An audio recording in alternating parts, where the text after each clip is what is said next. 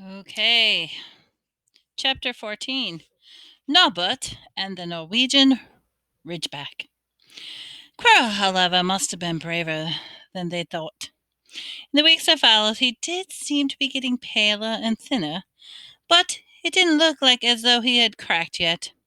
Every time they passed the third floor corridor, Harry and Ron and Hermione would press their ears against the door to check that Fluffy was still growling inside. Snape was sweeping about in his usual bad temper, which surely meant that the stone was still safe. Whenever Harry passed Quirrell these days, he gave him an encouraging sort of smile, and Rod said had started telling people off for laughing at Quirrell's stutter. Hermione, however, had more on her mind than the Sorcerer's Stone. She had started drawing up a study of schedules and color-coding all of her notes. Harry and Ron wouldn't have minded, but she kept nagging them to do the same. Hermione, the exams are ages away. 10 weeks! Hermione snapped. That's not ages. That's like a second to Nicholas Flamel. But he's 600 years old, Ron reminded her. Anyway, what are you studying for? You already know it all. What I'm studying for? Are you crazy? You realize we need to pass these exams to get into the second year. They're very important. I should have started studying a month ago. I don't know what's gotten into me. Unfortunately, the teachers seemed to be thinking along the same lines as Hermione. They piled so much homework on them that the Easter holidays were not nearly as much fun as Christmas ones. It was hard to relax with Hermione next to you, reciting 12 uses of dragon's blood or practicing movements or moaning and yawning. Harry and Ron spent most of their free time in the library with her, trying to get through the extra work. I'll never remember this, Ron burst out one afternoon, throwing down his quill and looking longingly out the library window. It was the first really fine day that they'd had in months. The sky was clear, forget-me-not blue, and there was a feeling in the air of summer coming. Harry was looking up. Disney, 1,000 magical herbs and fungi. Didn't we look that up until we heard Ron say, Hagrid, what are you doing in the library?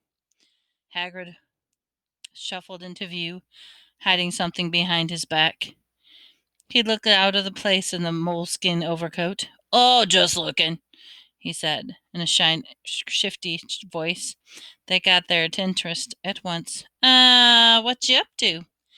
He looked suddenly suspicious.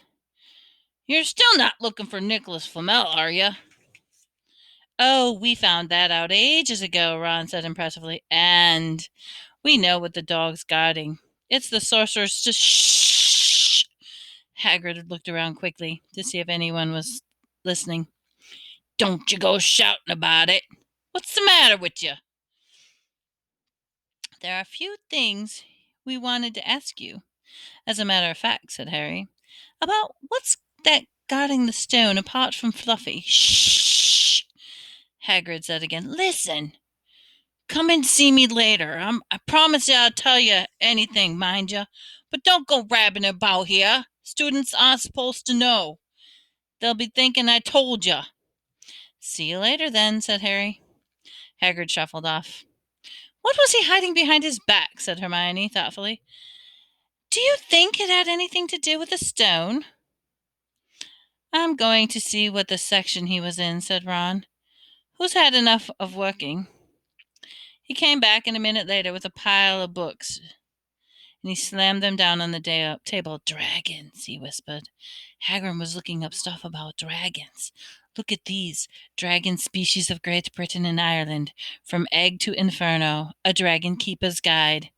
Hagrid's always wanted a dragon. He told me that the first time I ever met him, said Harry.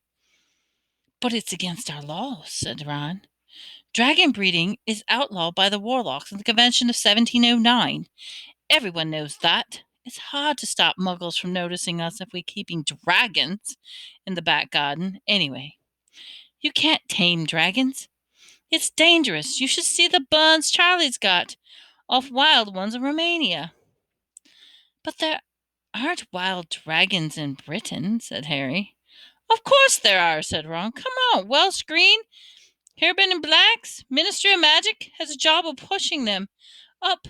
I can tell you, our kind have been putting spells on muggles who spotted them to make them forget. So what on earth is Hagrid up to? Said Hermione. When they knocked at the door of the gamekeeper's hut, an hour later, they were surprised to see that all the curtains were closed and Hagrid was, "Who is it?" before he let them in, and then shut the door quickly behind him. It was stifling hot inside. Even though it was such a warm day, there was a blazing fire in the grate. Hagrid made them some tea, and offered them some stone sandwiches, which they refused. So, yeah, you wanted to ask me something? Yes, said Harry. There's no point in beating around the bush. We were wondering if Eucellus was guarding the Sorcerer's Stone apart from McFluffy. Hagrid frowned at him. "Oh, of course I can't," he said. "Number one, I don't know myself. Number two, you know too much already. So I wouldn't tell you if I could. The Sorcerer's Stone's for a good reason. It almost stolen out of Gringotts. I suppose you've worked out that all by then. Beats me how you ever got to know about Fluffy." "Oh, come on, Hagrid. You might not want to tell us, but you do know.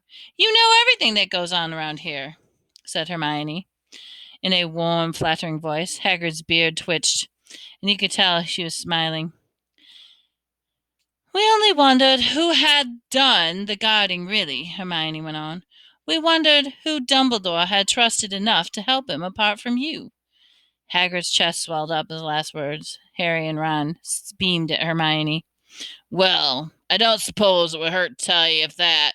Let's see. You borrow Fluffy from me.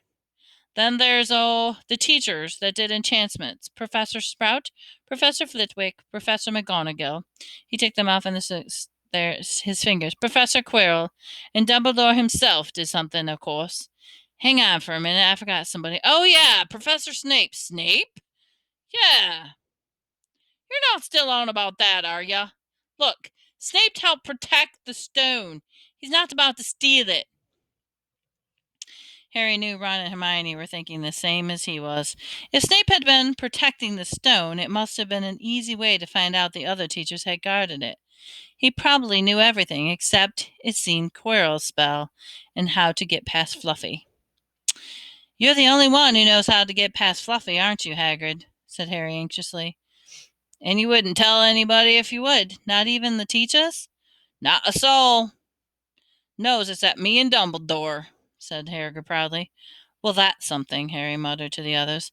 "Hagrid, can we have a window open? I'm boiling." "Can't, Harry, sorry," said Hagrid. Harry noticed him glance at the fire. Harry looked in too. "Hagrid? What's that?" But he already knew what it was. It was a very hard shape in the heart of the fire.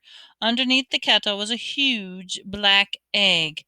"Ah," said Hagrid, fiddling nervously with his beard. "That's Where'd you get it, Hagrid?" said Ron, crouching over the fire to get a closer look at the egg.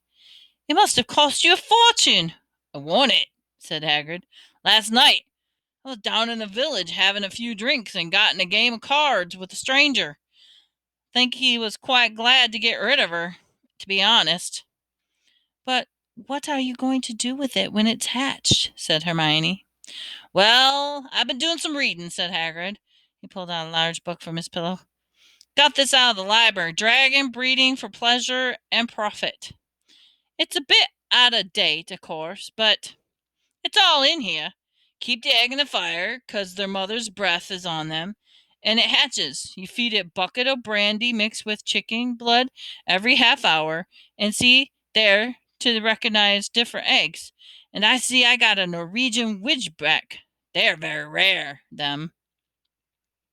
He looked very pleased with himself, but Hermione didn't. "Hagrid, you live in a wooden house," she said. But Hagrid wasn't listening. He was humming merrily as he stoked the fire. So now he had something else to worry about. What might happen to Hagrid if anyone found out he was hiding an illegal dragon in his hut? I wonder what it's like to have a peaceful life, Ron sighed as after the evening they struggled through the extra homework and getting Hermione had now started making study schedules for Ron and Harry and Ron too. It was driving them nuts. Then, one breakfast time, Hedwig brought Harry another note from Hagrid. He had written only 2 words: "It's hatching." Ron wanted to skip herbology and go straight down to the hut. Hermione wouldn't hear of it. Hermione, how many times in their lives are you going to see a dragon hatching? We've got lessons. We'll get into trouble, and there's nothing that Hagrid's going to be in what he finds out that he's doing. Shut up, whispered Harry. Malfoy was only a few feet away, and he stopped dead to listen. How much had he heard? Harry didn't like the look on Malfoy's face at all. Ron and Hermione argued all the way to herbology, and in the end Hermione agreed to run down to Hagrid's with the other 2 during morning break. When the bell sounded at the castle at the end of their lessons, the 3 of them dropped off their trowels at once and hurried down through the grounds at the edge of the forest. Hagrid greeted them, looking flushed and excited. It's nearly out, he ushered them inside. The egg was lying on the table, and there were deep cracks in it. Something was moving inside. Funny clicking noises were coming from it. They all drew up their chairs up in the table and watched with bated breath. All at once there was a scraping noise from the egg, and it split open. A baby dragon flopped out on the table. It isn't exactly pretty. Harry thought it looked more like crumpled up black umbrella and spiny wings, and were huge compared to its skinny jet body. But it had a long snout with wide nostrils, and it scrubbed its horns, bulging orange eyes. It sneezed, and a couple of sparks flew out of its snout. Isn't he beautiful? Hagrid murmured, reaching out a hand to stroke the dragon's head. It snapped at his fingers, showing him pointed fangs. Bless him! Look, he knows his mummy, said Hagrid. Hagrid, said Hermione. How fast do Norwegian Ridgebacks grow exactly? Hagrid was about to answer that when the color suddenly drained from his face. He leapt to his feet and ran to the window. What's the matter? Someone's just looking through the gap of the curtains. It's the kids. He's running back up to the school. Harry bolted to the door. Even in the distance, he knew Malfoy had seen the dragon. Something about the smile lurking on Malfoy's face during the next week made Harry and Ron and Hermione very nervous. They spent most of their free time at Hagrid's in the darkened hut, trying to reason with him. Just let him go, Harry urged. Set him free. I can't, said Hagrid. He's too little. He'd die. They looked up the dragons. It had grown 3 times its length in just a week. Smoke kept furling from its nostrils. Hagrid hadn't been doing his garden-keeping duties because the dragon was keeping him so busy. There were empty brandy bottles and chicken feathers all over the floor. I've decided to call him Norbert, said Harry, looking at the dragon with misty eyes. He really knows me now. Watch. Norbert! Norbert, where's Mummy? He's lost his marbles, Ron said in Harry's ear. Hagrid, Harry said loudly, give it 2 weeks and Norbert's going to be as long as your house. Malfoy could go to Dumbledore at any moment. Hagrid bit his lip. No, I can't keep him forever. I just can't dump him, can't. Harry suddenly turned to Ron. Charlie, he said. You're losing it too, said Ron. I'm Ron, remember? No, Charlie, a brother. Charlie, in Romania, studying dragons. We could send Norbert to him. Charlie can take care of him, and we can put him back in the wild. Brilliant, said Ron. How about it, Hagrid? And in the end, Hagrid agreed. They could send an owl to Charlie and ask him. The following week dragged by. Wednesday night they found Hermione and Harry sitting alone in the common room long after everyone else had gone to bed. The clock on the wall had just chimed midnight when the portrait hole burst open. Ron appeared out of nowhere, and he pulled Harry's invisibility cloak. He had been down at Hagrid's hut helping him feed Norbert, who was now eating dead rats by the crate. It bit me, he said, showing him his hand, which was wrapped in a bloody handkerchief. I'm not going to be able to hold a quill for next week, I tell you. That dragon's the most horrible animal I've ever met. But the way Hagrid goes on about it, you would think it was Fluffy, or little bunny rabbit.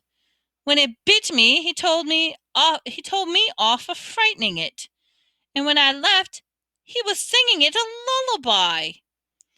Oh, there was a tap on the window. It's Hedwig, said Harry, hurrying up to let her in. She'll have Charlie's answer. The three of them put their heads together to read a note.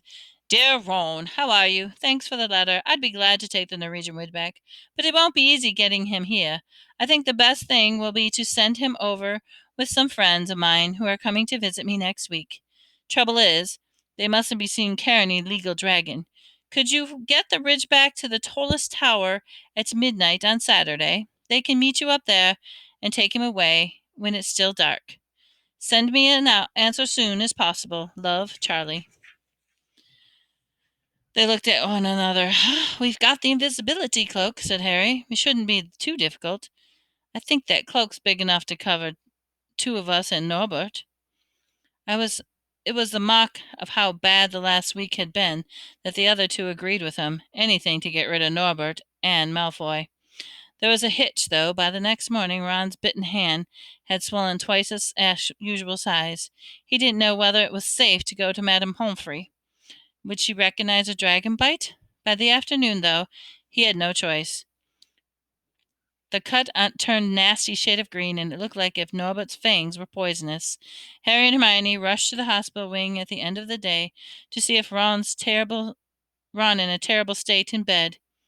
It's not just my hand, he whispered, although that feels like it's about to fall off. Malfoy told Madame Pomfrey he wanted to borrow one of my books so he could come and have a good laugh at me. He kept threatening to tell me what really bit me. I've told her it was a dog, but I don't think she believes me. I shouldn't have hit him with a Quidditch match. That's why he's doing this. Harry and Hermione tried to calm Ron down. It'll all be over at midnight on Saturday, said Hermione. But that didn't soothe Ron at all. On the contrary, he sat bolt right up and broke into a sweat. Midnight on Saturday, he said in a horrid face. Oh, no, no. I just remembered. Charlie's letter was in that book Malfoy took. He's going to know we're getting rid of Norbert. Harry and Hermione didn't have a chance to answer Madame Pomfrey when he came over the moment to leave, saying Ron needed sleep. It's too late to change the plan now, Harry told Hermione. We haven't got time to send Charlie another owl, so this could be our only chance to get rid of Norbert. We'll have to risk it. We have got the invisibility cloak. Malfoy doesn't know about that. They found Fang and the boarhound sitting outside with a bang-dangled tail, and they want to tell Hagrid, who opened the window to talk to them. I won't let you in, he puffed. Norbert's a tricky stage. Nothing I can't handle. When they told him about Charlie's letter, his eyes filled with tears, although he might have had them because Norbert had just bitten his leg. Arr, that's all right. He only got me boot. Just playing. He's only a baby after all. The baby banged its tail on the wall, making the windows rattle. Harry and Hermione walked back to the castle, feeling Saturday couldn't come quickly enough. They would have felt sorry for Hagrid, the time for him to say goodbye to Norbert if they hadn't been so worried about what they had to do. It was a very dark, cloudy night, and they were a bit late arriving to Hagrid's. But because they'd had to wait for Peeves to get out of their way, the entrance hall where he'd been playing tennis ball again. Hagrid had Norbert packed and ready in a crate. He's got lots of rats and some brandy for the journey, said Hagrid in a muffled voice, and I packed his teddy bear in case he gets lonely. From inside the crate, the ripping noises sounded to Harry as though the teddy was having his head torn off. Bye-bye, Norbert, Hagrid sobbed, and Harry and Hermione covered the crate with invisibility cloak. And underneath themselves, Mummy will never forget you. How they managed to get the crate back up to the castle, they never knew. Midnight ticked nearer and nearer. They heaved Norbert up the marble staircase to the entrance hall, along the dark corridors, up another staircase, then another. Even one of Harry's shortcuts didn't make this. Work much easier. Nearly there, Harry panted as they reached the corridor near the tallest tower. Then a sudden movement ahead of them made them almost drop the crate. Forgetting they were already invisible, they shrank into the shadows, staring at the dark outlines of two people, gripping each other with the lamp flamper. Professor McGonagall, in a tartan bathrobe and her hairnet, had Malfoy by the ear. "Detention!" she shouted. "And 20 points from Slytherin wandering around in the middle of the night. How dare you? You don't understand, Professor. Harry Potter's coming. He's got a dragon." "What utter rubbish! How dare you tell such lies? Come on, I shall see Professor Snape about you, Malfoy." The steep spiral staircase up to the top of the tower seemed to be the easiest thing in the whole world. After that, not until they stepped out into the cold night air when did they throw off the invisibility cloak. Glad to be able to breathe properly again, Hermione did a sort of jig. "Malfoy's getting detention. I could sing." "Don't," Harry advised her. Chuckling about Malfoy, they waited, Norbert thrashing about in his crate. About 10 minutes later, 4 broomsticks came swooping down of the darkness. Charlie's friends were there, cheery lot. They showed Harry and Hermione their harness, and they ripped him up so they could suspend Norbert between the two of them. They helped buckle Norbert in safely in it, and Harry and Hermione shook hands with the others, thanked them. At last, Norbert was gone. They slipped back down the spiral staircase, their hearts as light in their hands. Norbert was off for them. No more dragon. Malfoy in detention. What could spoil their happiness? The answer to that was waiting at the foot of the stairs as they stepped in the corridor. Filch's face loomed suddenly out of the darkness. "Well, well, well," he whispered. "We are in trouble."